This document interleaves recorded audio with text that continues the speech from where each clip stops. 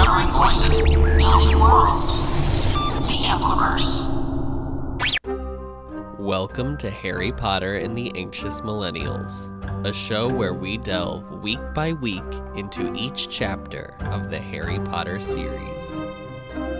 Hello, Adam. It's been a whole 5 minutes. Wow. Hello. Hello. Here we are back again. Nothing's changed except Adam has a cold brew on the way. And I have a elderflower lemonade. Well, I won't ask you how you are, Adam, because we already did that. We did that. We're still good. Everything is still going well for us. Everything's the same.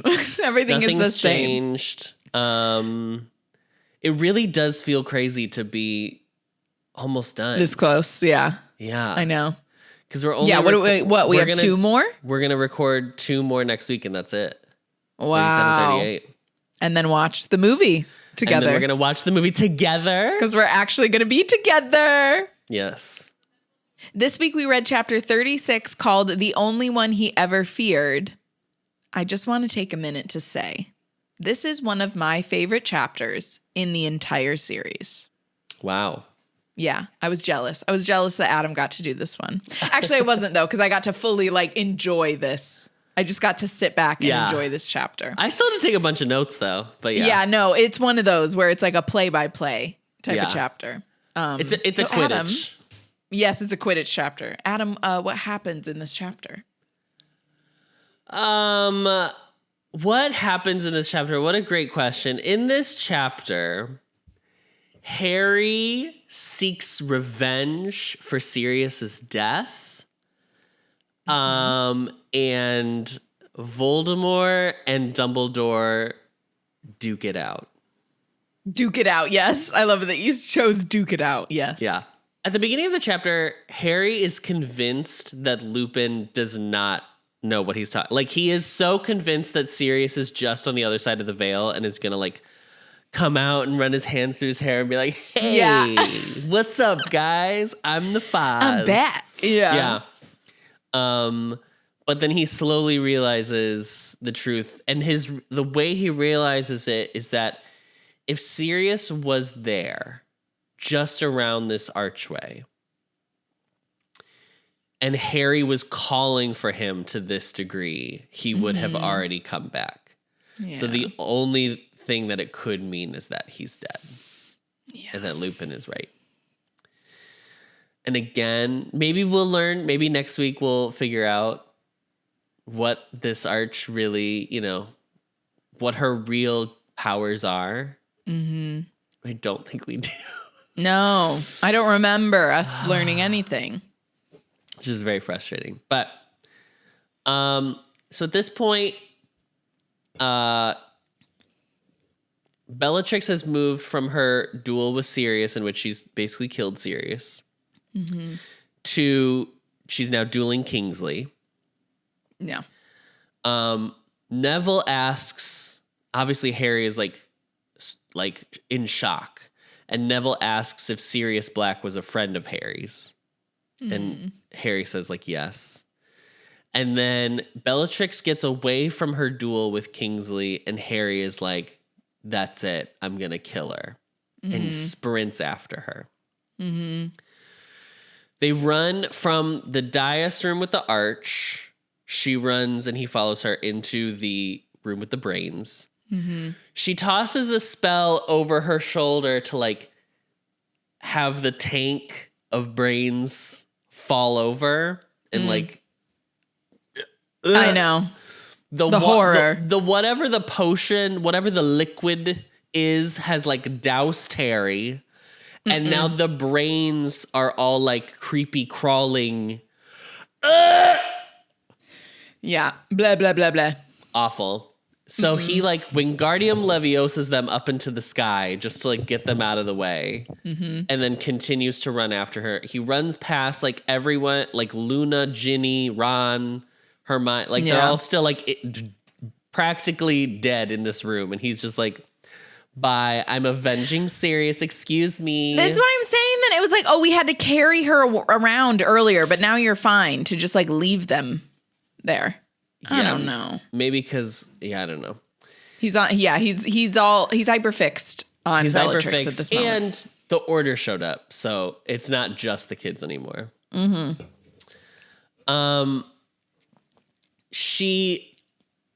He follows her into like the circular room. Mm-hmm. The doors move, but he just asks the room like which door gets me out of here, and then the door that he needs to do opens up. I don't know, girl. Fine. You know what? It's not even. What's the point? What's the point in arguing about it? Sure. Yeah. They could have just asked the whole time, I guess. What door leads me to the whole time. The room with the orbs, and it would have been whatever. He runs down the hallway toward the lift. There's 2 lifts. Bellatrix has taken one. Again, why she can apparate. I don't know why she's just like, I gotta do it the old-fashioned way. She takes the lift. Who knows? This is like a full like a 1930s like comedy where he's like waiting for the elevator. Yeah. Everything's like sped up. So he takes the second lift, he heads to the atrium. He gets out into the atrium, he sees her running toward the like telephone box lift. Because that's another lift. There's so many lifts. So many lifts. He sees her running down there, and then he like calls after her, and then this becomes like a game of cat and mouse very quickly. Mm-hmm. So he tries to Crucio her. Yeah. It doesn't really work. No, it doesn't work. She does scream. So something must have happened. Yeah, but he doesn't. She like makes fun of him because she's like, if you want to use an unforgivable curse, honey, you have to mean it. It can't be this like, this self-righteous anger. Yeah. It has to be real. You got to feel it from your soul, baby. Oh no. Why? How do we feel about our protagonist hero using an unforgivable curse, even if it's not employed effectively? Yeah. What do we think of the choice? What do we think? I mean, it doesn't surprise me in this moment that he is just like enraged, especially because of kind of how angry he has been through this whole series. I think that it was specifically. It wasn't a coincidence that it was Bellatrix that it was used on, right? Like he's only going to use it on this character that we all really hate or like think is horrible. Yeah. Do we want to look into that? Like he uses the Cruciatus curse on like a woman, or do we not want because I don't think he ever uses it again, does he? I don't think he uses any of the unforgivable curses ever again. I don't know. I don't know. I think it's. Yeah. I wish. Here's what I wish. I wish it was. If she was gonna do this, right? Because I think it's fine for your protagonist to have. Yeah, to like a moment of. I wish it was like explored a little more. Because like it's really only this, and then it's just this like 1 second. Because it would be cool to see that there is this easy. I mean, she kind of does this in other points in the series, like draws the parallel of like Harry and Voldemort are more like than they are dissimilar. But I wish it was like you could easily go down this path of like, I want to use like bad like true dark magic in this way because against I'm so angry. Bad people. Yeah. Right. Because I think that could be cool, but then he still like figures out that that's not but he healthy. shouldn't in the end. Yeah. Anyway, I just thought it was wild because I didn't remember him using Crucio ever or any unforgivable curse in this book series. So I was like, oh, damn, he really tried it. And then it didn't work at all. So I'd be kind of embarrassed. I'd be like, oh. So he's hiding behind the fountain of what is it called? The fountain the something brethren. magical brethren. Yeah. Magical brethren. And as we remember from earlier in this book, this is the fountain in the atrium that has the wizard, the witch, the centaur, the goblin, and the house elf. Mm-hmm. And all three of them are looking adoringly at the witch and wizard. So she wants the prophecy. She's like, give me the fucking prophecy, you little mongrel. And he's like, guess what, girl? Guess what, bitch? It's broke. It's gone. shattered. We don't have it. No one They're will have gone. it. This is the... Yes. They're gone. Bum, bum, bum, bum. And she's like, no, yeah. You're lying. I tried, master. I tried. And his scar, as soon as he says the prophecy's gone, his scar bursts into pain. Mm-hmm. And he knows because of that Voldemort knows that the prophecy is gone. Because he's pissed. He's livid, honey. He's not having it, girl. And she's like, no, this is crazy. You can't have done this. I had to get the prophecy for Voldy. My God. For Voldy, yeah. For my Voldy. And he's like, well, he's not here, honey. Voldemort is not around, girl. So guess what? I won. He can't hear you. And right behind him, Voldemort's like, can't I, Potter? Can't I can hear her. Which is a bit of a slay. I mean, it's a great entrance. It's a reveal. Yeah. Yeah. Bellatrix immediately... Girl, he's obviously mad, though. Where did he heard come you. from? Yeah, like... But he heard you. Like, that's why he knew at that moment because you said it and he was listening to you. Like, I'm like, I don't know. I would maybe guess that he was somewhere nearby. But maybe not actually because they told him he would never just walk into the ministry. No. He would never. Never. He would never walk in. He'd apparate in. Yeah. Oh, hi. Oh, hi.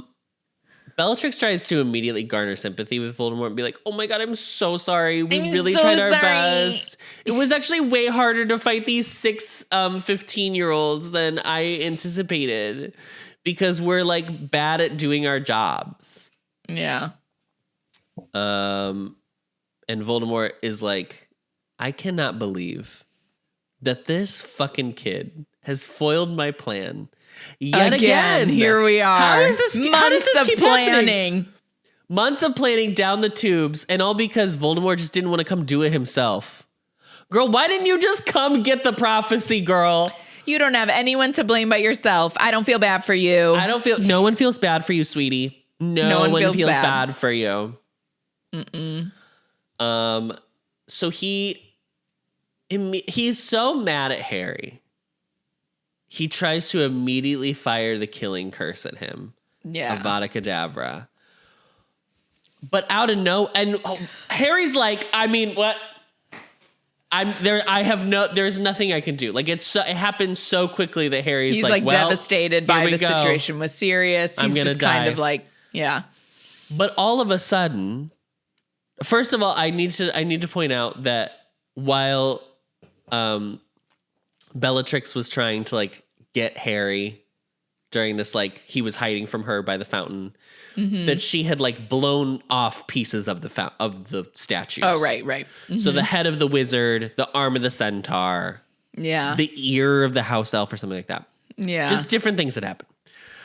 All of a sudden, Voldemort is like Avada Kedavra. Harry's bracing for it. It's gonna happen. Whatever. All of a sudden, the statue of the now headless wizard from the fountain has sprung alive and jumped between Harry and Voldemort. Mm-hmm. This does not happen in the movie, correct?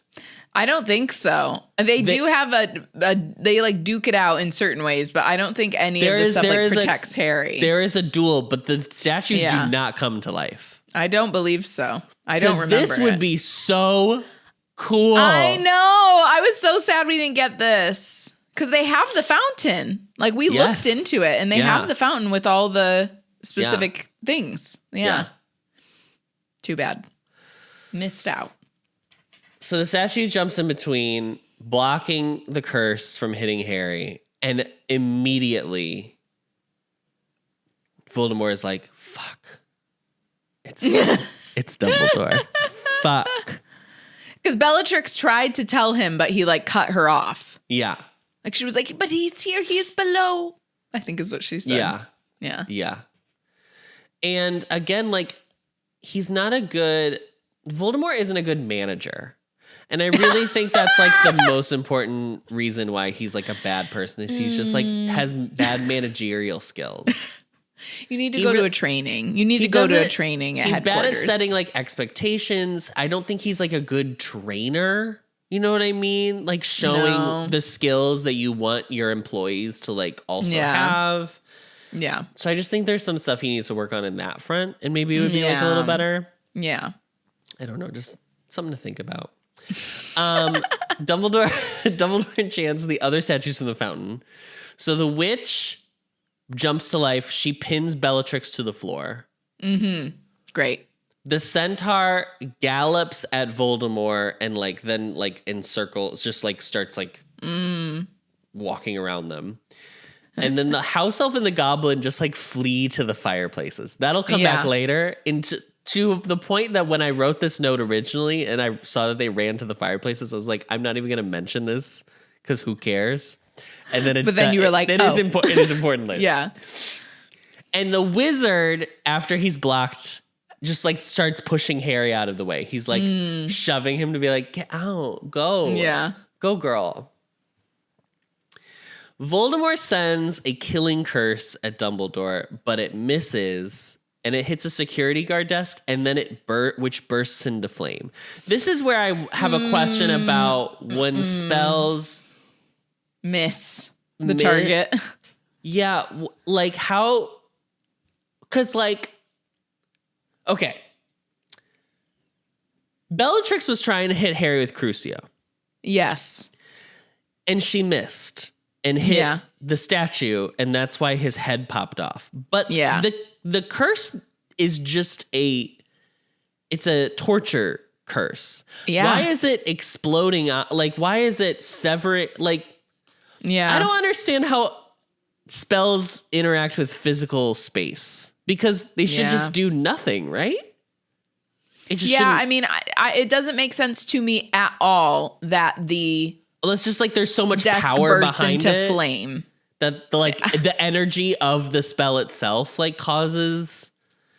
I understand, but like, I am so in the weeds on this, and I'm being really annoying, but it's weird to me. But it's weird that, like, okay, so I think that what happens with the Cruciatus curse makes a bit more sense because it did, like, collide with something. The desk bursting into flame, no. That doesn't make any sense. That doesn't make any sense unless it's, like, it's going to kill, it's going to destroy whatever it encounters, so that's why. But then he sends another one later, and it shatters the centaur. I was just like, okay. But it doesn't burst into flame. It's a killing curse. Yes. It takes the life of something. It doesn't even, like, because the whole thing about the killing curse is that there's no trace of it. Like, when the autopsy happens on the Riddles, like, they can't figure out what happened. They just, like, died. They died of fright. Instantly, yeah. But now it's also like, it's causing a desk to burst into flame. That makes zero sense. I get, like, it's continuing the action and you want it to, like, do something because it would be weird to be like, it missed, period. Yeah. That's the end of the sentence. Yeah, like, period, yeah. But, like, I don't know. It's for, like, the effect of something dramatic happening. But no, that the bursting into flame doesn't really make sense. Yeah. Anyway. So, Voldemort says that there is nothing worse than death. And Dumbledore's like, oh, but Tom, how wrong you are, Tom. What would Do we ever find out what Dumbledore thinks what is worse than death? Yeah, I think what he's done to his soul. What Voldemort has done. Sure. I think he's like, that's way worse than you just dying. What you've done in the way that you have compromised your soul is way worse. Because at this point, Dumbledore's already on to him in terms of what he thinks he's done. It's weird. I'm kind of trying to like track what is Voldemort's like through line, because it seems like it originally stems from, okay, we're going to get into the ways on Voldemort for a second, and we're going to talk about things that we have not officially figured out in this book series. Let's go. Voldemort is the child of a love potion. So like from the get-go, we're supposed to assume that it's like, that's why he's a sociopath, because it's not real. Now, I'm not even going to get into the allegory of what all that means and like how that's fucked up anyway, but because I think while unfortunate, while awful, I think that you can have children from a circumstance of like sexual assault or rape, and it doesn't mean that they are less than people. Yeah. I just want to point that out. I think it's a little wild that that's like the parallel that's being drawn. The child the child is innocent. Nothing to do with it. Okay. So that's step one. The whole thing about Voldemort, right, is that he doesn't want to die. Yeah, he wants to live forever. He wants to live forever. But there's also like, he's ashamed. Where does the Venn diagram meet of like, there's also like the pure blood aspect of it? Because I'm like, that just is like out of right? Like they don't. What is it? Yeah. What is it? What does one have to do with the other in terms of his arc as a character, as a villain, Because like, I would fully buy his overarching goal is to live forever. That's fine. It doesn't make sense that he's like, oh, and on the way, I'm just as equally as invested in getting rid of Muggleborns. Yeah. Like, it's like, how are we going from A to B and then you took a detour to like F? Yeah. It's just weird to me. So obviously the whole thing is like, he wants to live forever or whatever. Is it in order to ensure his reign or the way that he's like wanting to rule the magical world? Does he feel like he has to be he wants to be the one that is overseeing this forever, basically? Like he doesn't trust that. Because he wants power. Okay, so like, I mean, I guess you could say, because he's the heir of Slytherin and Slytherin was so worried about purity that's why he like also got obsessed with it. Because Voldemort's whole thing is like he's obsessed with kind of like the history of like the magical community. Yeah. He's like a nerd, to be honest. Yeah. He's a big nerd. But yeah, I wonder why. I mean, I think we're just supposed to believe it's just because he's like evil and wants to live forever. Like, I don't know. I think I need a bit more on why, though. Unless it's that his goal was never to live forever. His goal was just to amass power. But then the more power you get, the more worried of like when you will lose it. And it would be like in death. Yeah. So I guess maybe that's it. But at what point does he want like it? Well, we'll read the book series and we'll figure it out. But I'm just curious. Like, I'm trying to think of like the trajectory of like when his goal would have gone from like when he releases the basilisk. Yeah. Which is just to like solve that issue of being the heir of Slytherin, to then like wanting to rule the wizarding world. Yeah, I know. There's got to be a couple steps between. Yeah, I want to know what happened in between. Because he asked for Horcruxes in his like 6th year at Hogwarts. Yeah. So it's weird because he has no power. Yeah. Very weird. Tune into book 6 and 7 for more on that conversation. So he sends another killing curse at Dumbledore. The centaur jumps in the way and shatters into 1,000 pieces. Dumbledore then sends a long, whip, a long fire, almost what's his name from Lord of the Rings? What's her name? Miss Girl in the Mines of Moria. The Balrog. Oh, the Balrog. Yeah. Send it with a Miss fiery Girl. whip. I was like, Eowyn, Galadriel. You were talking about Miss Balrog. Yeah. I was genuinely thinking about the female characters. My favorite the female three character female characters is the Balrog, obviously. The Queen, Miss Balrog. Miss Balrog. So he sends it to encircle Voldemort, but then Voldemort transfigures it into this massive snake, which then is going to attack Dumbledore. So it advances on Dumbledore, and then out of nowhere, above Dumbledore's head, a massive fireball comes out of nowhere. And then Voldemort sends another killing curse. Fawkes has appeared out of the fireball. Yeah. Opens, this is wild, opens its mouth in a mommy, I'm hungry. And then eats Kirby. Eats the killing curse, which then kills Fawkes. Kills him. Yeah. I mean, it's a phoenix, so he'll just come back to life. Yeah, but he bursts into flame and then crumples to the ground. The bursts into flame again. That one's fine because it's a phoenix. But right. Here we are again. But also again, if it's we've established that the killing curse doesn't do anything. Doesn't leave a mark or anything. Yes. Yeah. Bursting the flames, falling to the floor. Okay, the snake gets... Dumbledore is just here's this snake, girl, and then sends it flying into the air and then it vanishes. I wish he had done something a little bit more with that. I was I wanted the desk needs to be lit on fire, but the snake can just bye. Wee. Okay. I'm imagining Voldemort, the snake. Meanwhile, I'm just imagining the snake kind of being and then disappearing. Isn't there?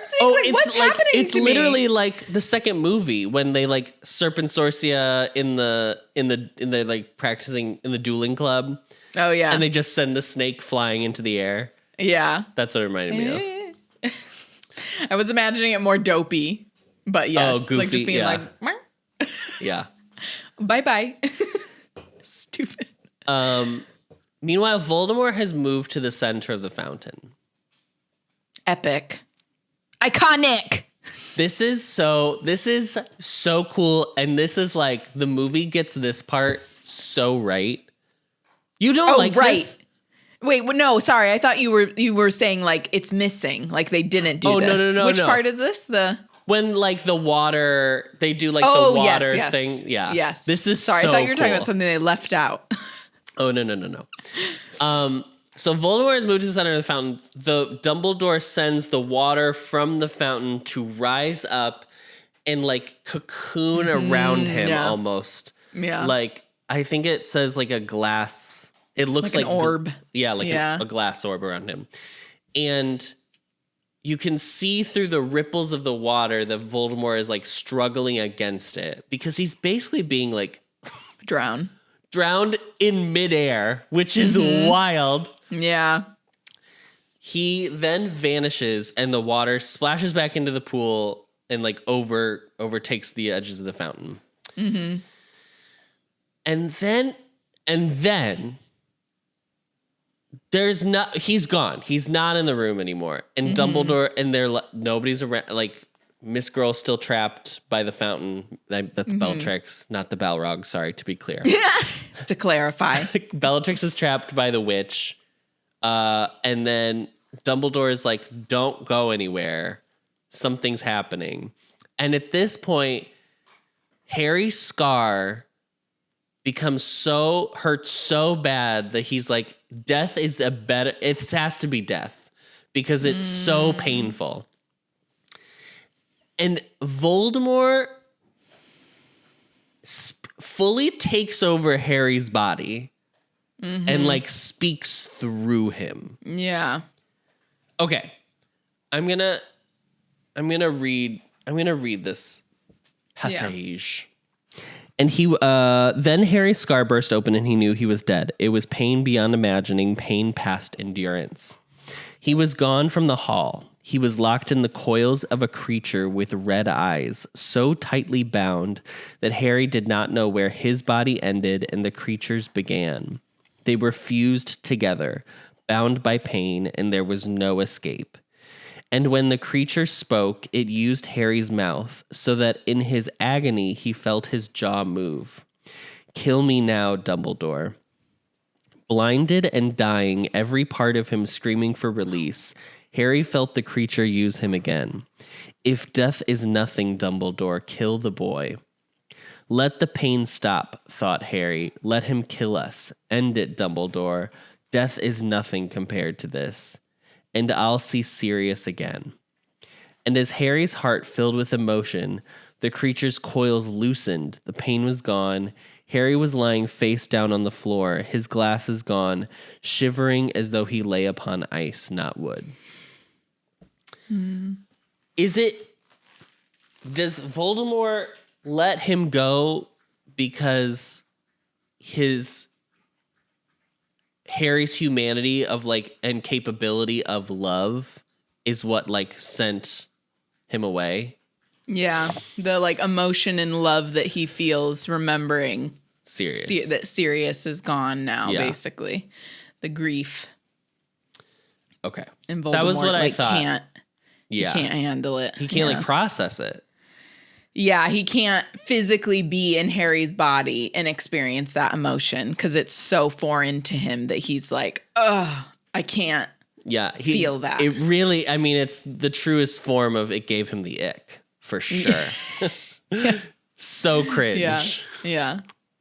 Because the other thing is like, yes, it's love, but it's also like Harry would accept death because he's like, at least I can see him. Like, it's like also that Voldemort can't even imagine what it would be like to be like fully be okay dying. Yeah.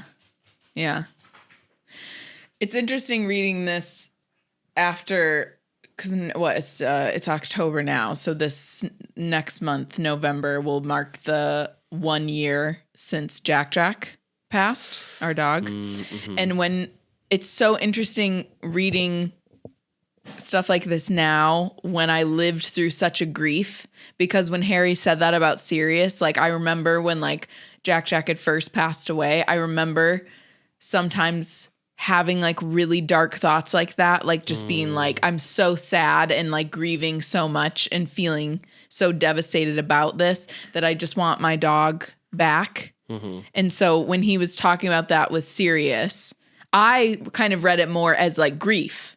Like I was like, he's feeling grief and like Voldemort gets too overwhelmed by that.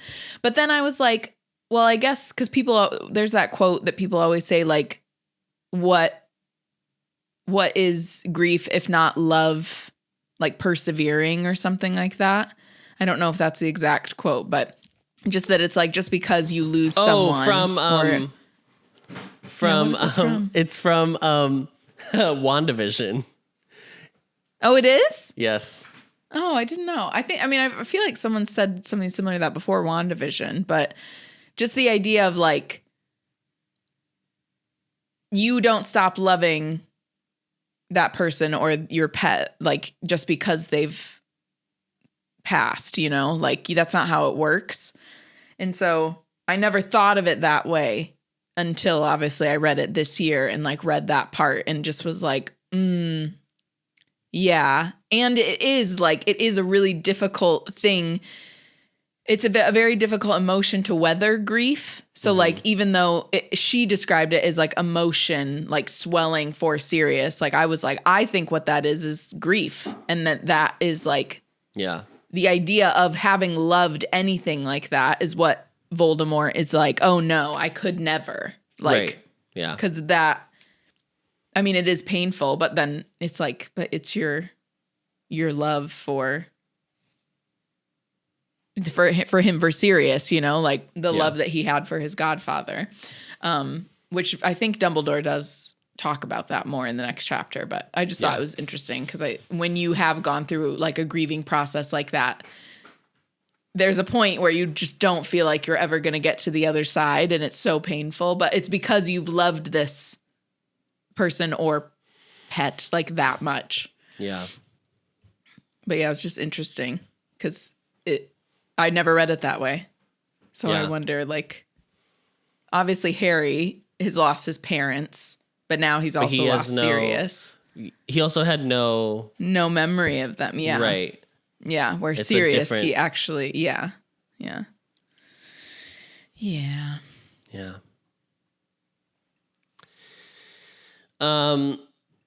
So the house elf and the goblin that had run off to the fireplaces. Yes. They had gathered Cornelius Fudge and others, which include Aurors, other people, whoever. And they had brought them to the atrium. Cornelius Fudge is like in his house robe and slippers.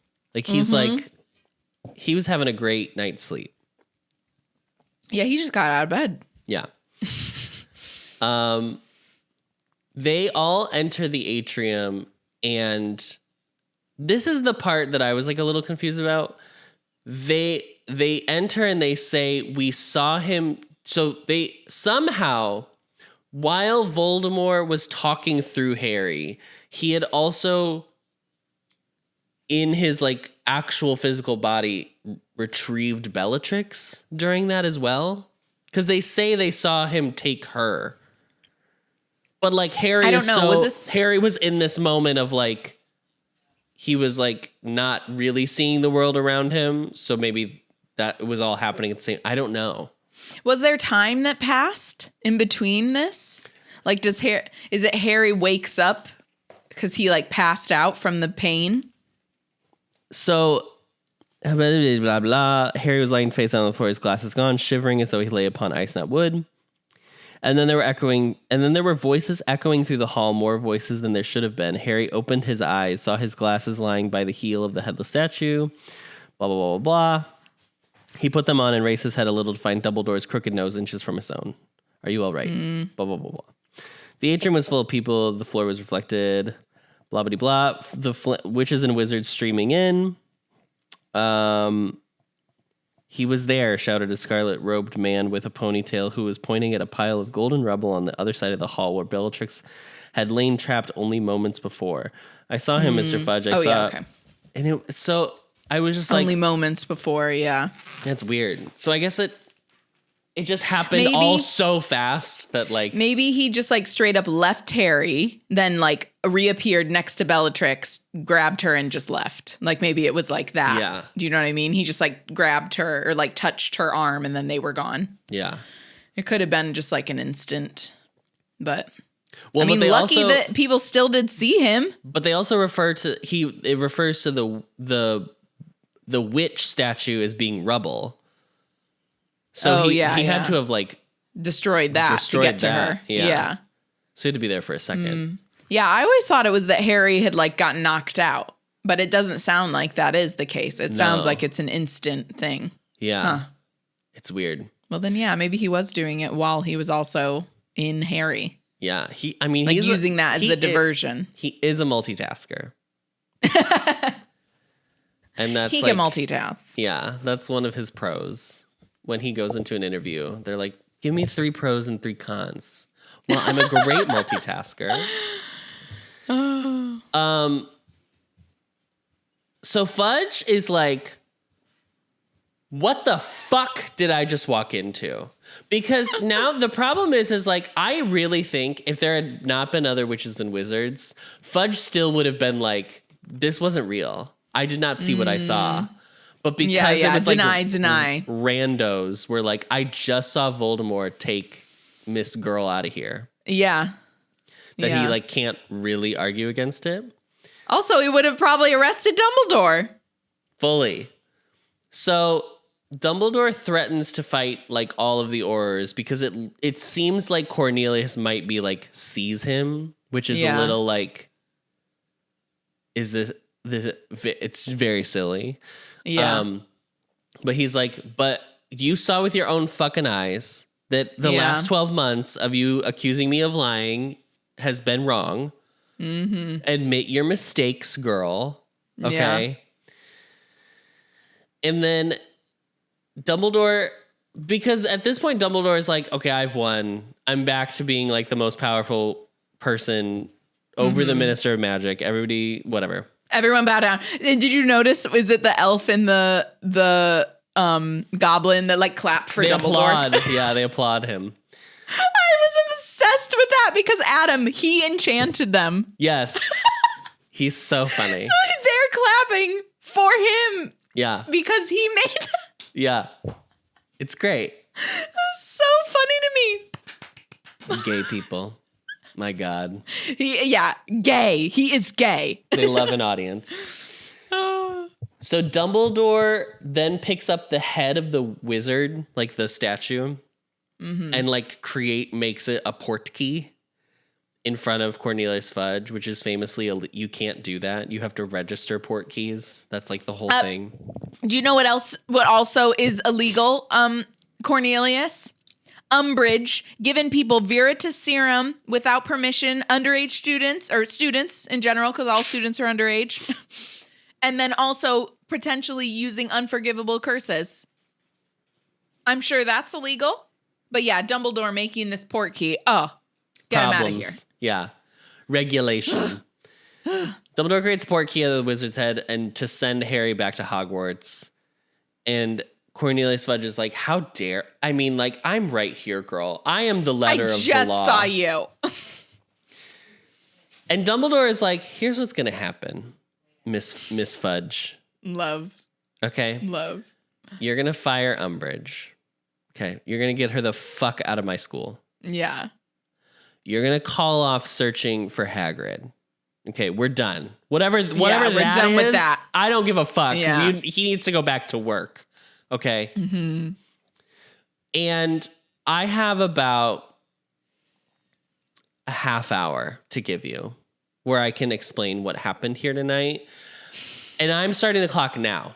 So yeah. We're now 29 minutes and 30 seconds. Okay. So yeah. Time's a ticking for you to ask your little questions because I'm not giving you more than a half hour. If you need anything else, you can come to the school and see me.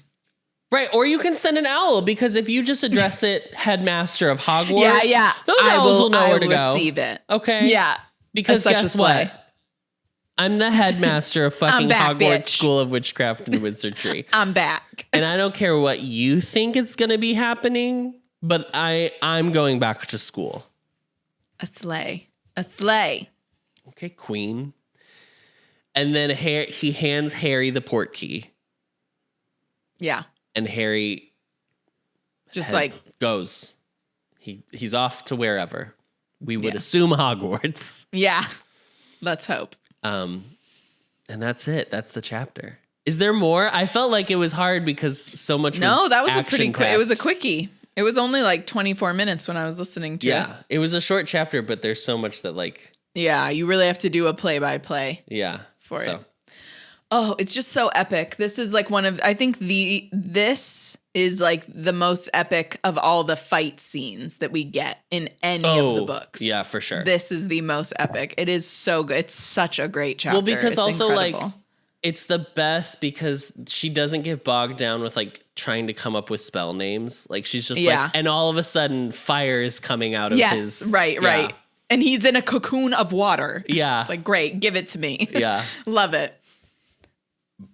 Because then we get the duel in book 7 and it's like Harry shouts Expelliarmus and it's like there really isn't much. All right, amazing, Adam. Thank you for taking us through that epic chapter. Next week we'll be reading chapter 37, The Lost Prophecy. We do not have a review this week. You can find the podcast on Apple Podcasts, Spotify, Stitcher, or wherever you find your podcasts, as well as video versions on the Ampliverse YouTube channel and Spotify. As always, don't forget to rate, review, and subscribe so that we can get a perfect Newt score. 5 stars only, or else you will be taken over by Voldemort internally. Yeah. Can I ask a question? Maybe it's for later. Maybe it's better to ask later. Okay, what is it? The whole thing. We'll decide. The whole thing is that Voldemort doesn't realize that he's made Harry into a Horcrux. Yeah, but he does figure it out. Okay. I think he's always kind of we'll talk about it later then. Yeah, I'll cut that out. He like suspects basically he eventually begins to suspect. Because the way it's written when he like takes over his body and how he's like fused with this thing that's encircling him, I was like, is this what it if you were to visualize the soul being split into different pieces, like is that what it is? Yeah. Don't forget to follow us on Twitter at HPAnxious and Instagram at HPAnxious, or on YouTube and TikTok at the Ampliverse. Right? That's right. Yeah. We are hosted on Spotify for podcasters, so thank you to them, and are a proud member of the Ampliverse. Check them out at theampliverse.com. Thank you so much, Adam. Thank you, Ariana. And as always, Miss Belrog.